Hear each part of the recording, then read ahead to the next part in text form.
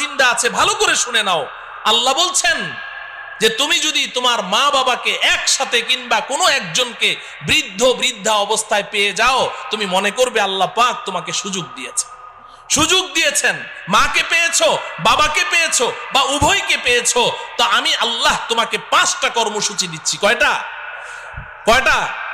খুব মনে রাখেন, 5 কর্মসূচি আল্লাহ দিয়েছেন। 1 নাম্বার হলো ফালা তাকুল্লাহুমা উফ।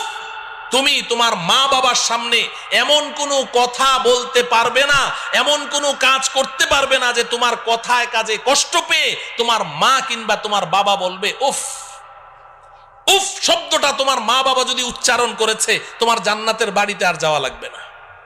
কিংবা তোমার মা বাবার কোনো কথা শুনে তুমি বিরক্ত হয়ে বললে উফ বাবা থামো তো, উফ মা চুপ করো তো, এই যে তুমি উফ বলেছো, তোমার জন্য জান্নাত হারাম হয়ে যাবে। লা তাকুল্লাহুমা উফ, 1 নাম্বার।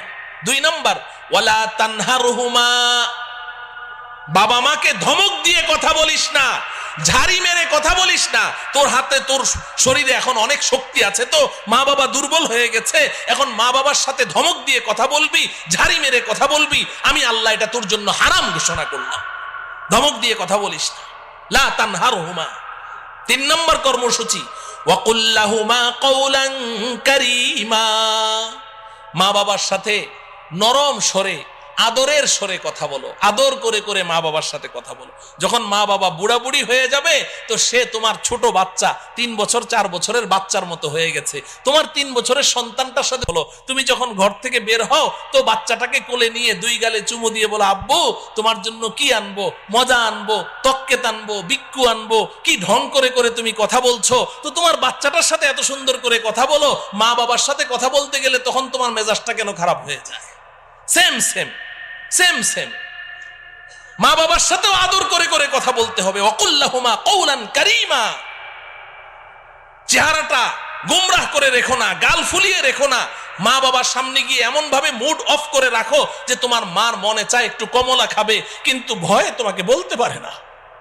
তুমি এমন ভাব নিয়ে চলো যে বাবা আমি একটু কমলা খাবো, মনের কথাটা বলতে সাহস পায় না। তুমি এমন ভাব নিয়ে চলো না, ধরা খেয়ে যাবে, সমস্যায় পড়ে যাবে। ফ্রি হয়ে যাও মা বাবার সাথে, এমন ফ্রি হয়ে যাবে যে তাদের মনের মধ্যে যেই কথা আসবে সেটাই যেন অকপটে তোমাকে খুলে বলতে পারে, ভয় যেন না পায়। ওয়াকুল লাহুমা কওলান কারীমা। 4 নম্বর কর্মসূচি আল্লাহ দিচ্ছেন ওয়াখফিদ লাহুমা জানাহাজ যুল্লি মিনার রাহমা। এই যুবক, মা বাবার সামনে তোমার বিনয়ের 2টো ডানা বিছিয়ে দাও। মা বাবার পায়ের